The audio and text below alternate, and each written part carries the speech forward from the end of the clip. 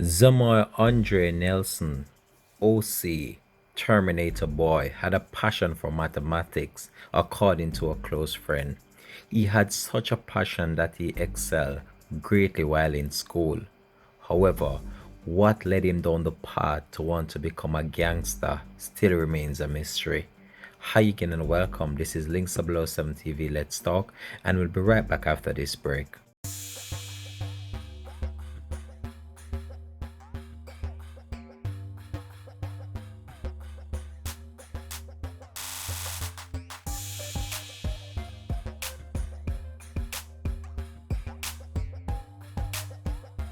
Welcome back and thanks for joining us for the program. We have listened to his brother spoken. Now we're about to listen to a close friend, a childhood friend, someone that grew up with him, someone that would have been there in the early stages of his development. This individual are going to share some very vital information with us, and we just want you to just listen.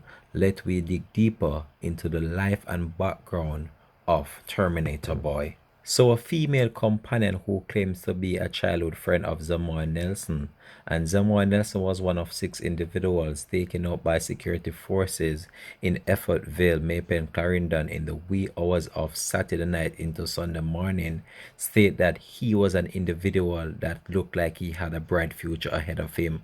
However, something went terribly wrong down the line. So Zamar Nelson was said to be a past student of the Clarendon College and had excelled greatly in his work. The 24-year-old Nelson, who goes by the alias Terminator Boy, was one of Clarendon's most wanted and had been on the police radar for some time for a taking out of an individual and also a shooting in that parish some time ago. However, years before he gained notoriously in Clarendon for gunslinging, Nelson was allegedly an outstanding student in mathematics at one of the parish top learning institution, Clarendon College. Some people that grew up with him describe him as an individual that always willing to lend a helping hand, especially when it comes on to his schoolwork. An individual wrote on a social media site, "I know a lot of people won't say RIP because behind the bad they don't know the good." The woman wrote in a social media post, "I pray respect to you, to the Zamar I know, the boy who taught me maths in high school, who taught me accounts," she said.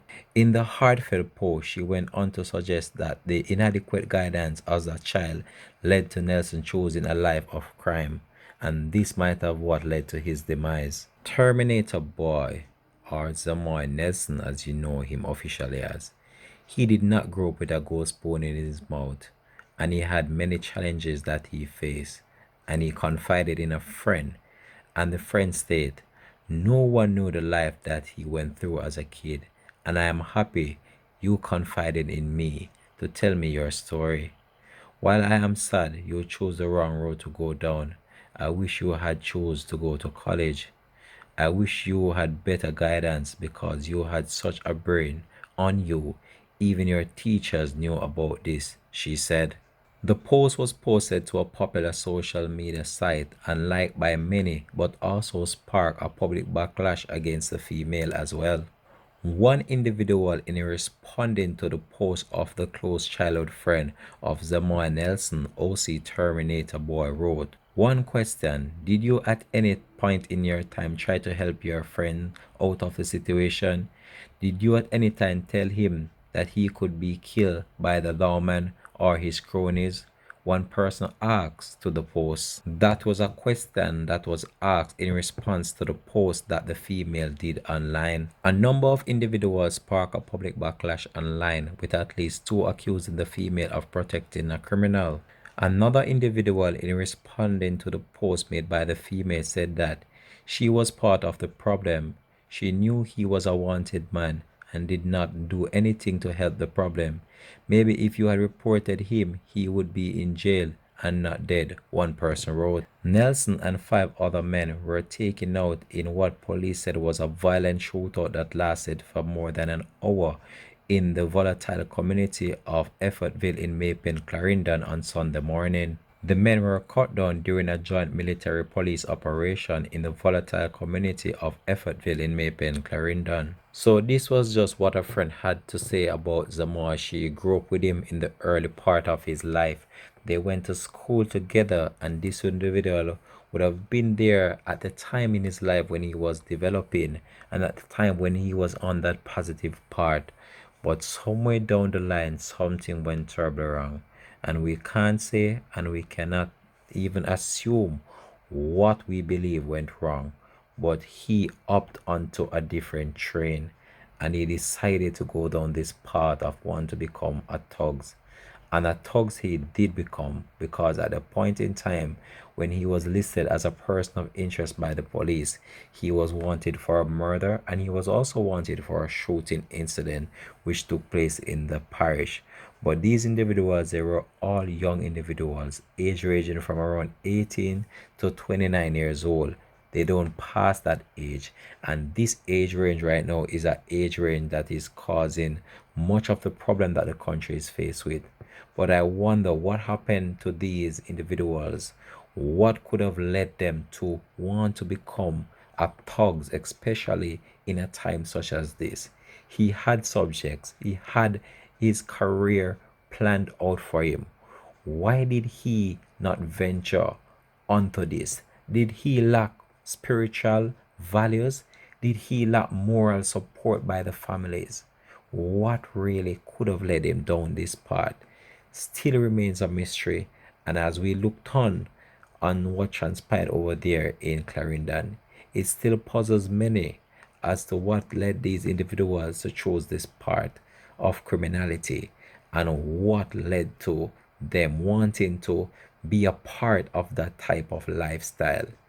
We really need to dig deeper into this and try to ascertain why are these individuals opting onto the train of violent thugs living and criminal activities. What are they gaining from it? Because in the end, I don't see them gaining anything but their lives being taken by members of the security forces, taken by members of the military in what can be controversial circumstances at times. But at times, even if you're innocent and you're caught in the crossfire, you will become a victim of this. Because when you look on the situation that played out and these weapons that were seized by the police, and when you look, there were only three weapons that were found there, and you had six individuals. That simply means to me that some of these individuals, they were not armed. They were just making a hasty retreat when they were taken out. What's their reason for being there? You can't have a reason. You cannot even begin to defend yourself based on the fact that you're not even here with us right now. So these individuals would have been in the company of some thugs, might just chilling with them, might just be a part of the gang. They might just have been just a close associate of them. Some might just be at the wrong place at the wrong time. We don't know. We are just speculating.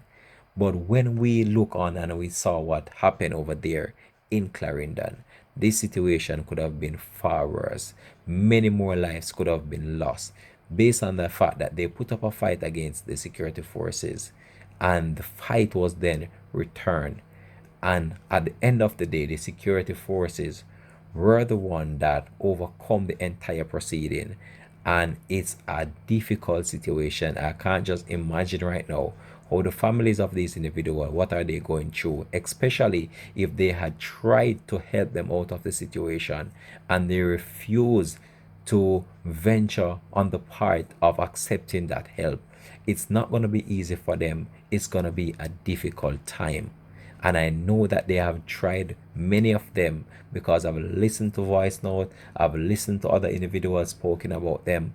Families have tried. However, you tried and you did not fail at what you were doing, because if you try your best at imploring an individual on a positive path and they want to venture on something negative, you have no choice. They are an adult. At 18, they are classified as an adult.